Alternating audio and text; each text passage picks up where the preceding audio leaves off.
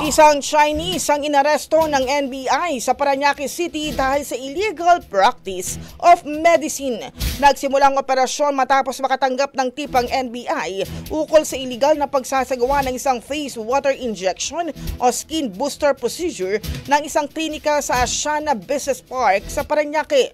Ayon sa informante, nakakuha siya ng schedule para sa naturang procedure na nagkakahalaga ng 20,000 sa unang session at dito na isinagawa ang entrapment operation.